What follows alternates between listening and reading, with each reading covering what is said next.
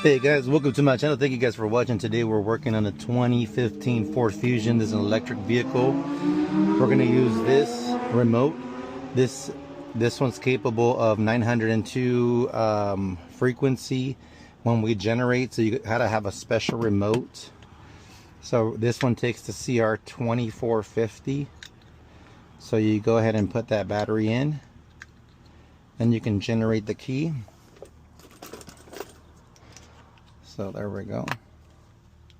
You can see that.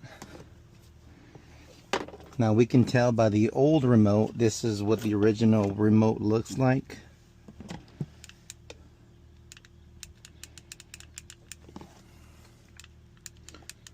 Come on.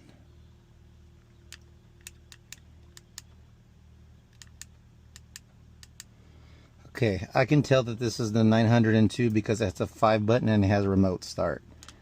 Don't know what's going on here. Not sure why it's not grabbing it. But we're going to generate it, so let's go ahead and do that. Alright, so this is an Autel key. So what we're doing, we're going to go to universal key. You must have the hotspot on. I have my my adapter here. Forgot what it's called.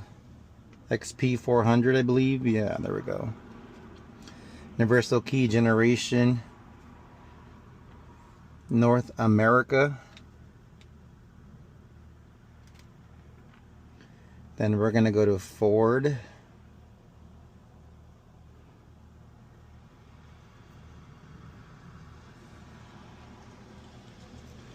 There we go, Ford, type by model. And then we're going to go to Fusion.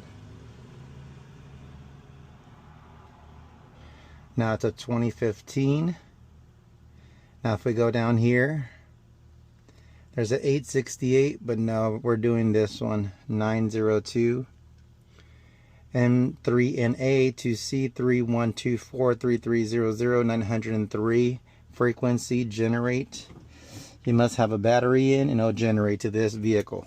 Alright, so we're using the X-Tool D7 Emo, agree. Then I'm gonna go ahead and punch in Ford, F-O-R, Ford. It's initializing. I do have the vehicle on. Alright, there we go. It's a smart key. Turn the ignition on.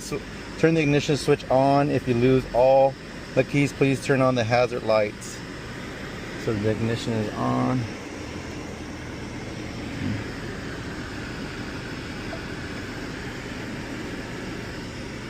Alright, so we're going to add a key. So we're going to just turn the ignition to the on position. So add a key. The vehicle's anti-theft alarm is activated. It's not, so we're just going to push OK. Turn on hazard lights and then push OK. Hazard lights. There we go. OK.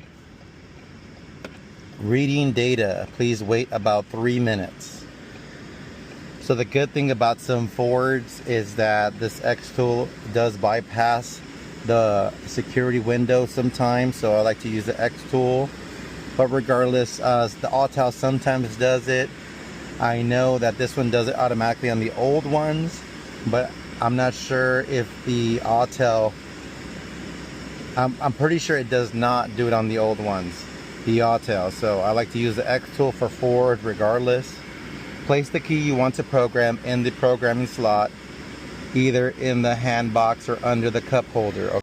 Actually, programming slot is in the little compartment. So I was having some trouble programming the keys. It looks like the memory was full in regards to keys. So what I had to do is all keys lost. And what I did is erase all the keys, and you must have 2 keys to reprogram back into the system in order for Ford's vehicles to start.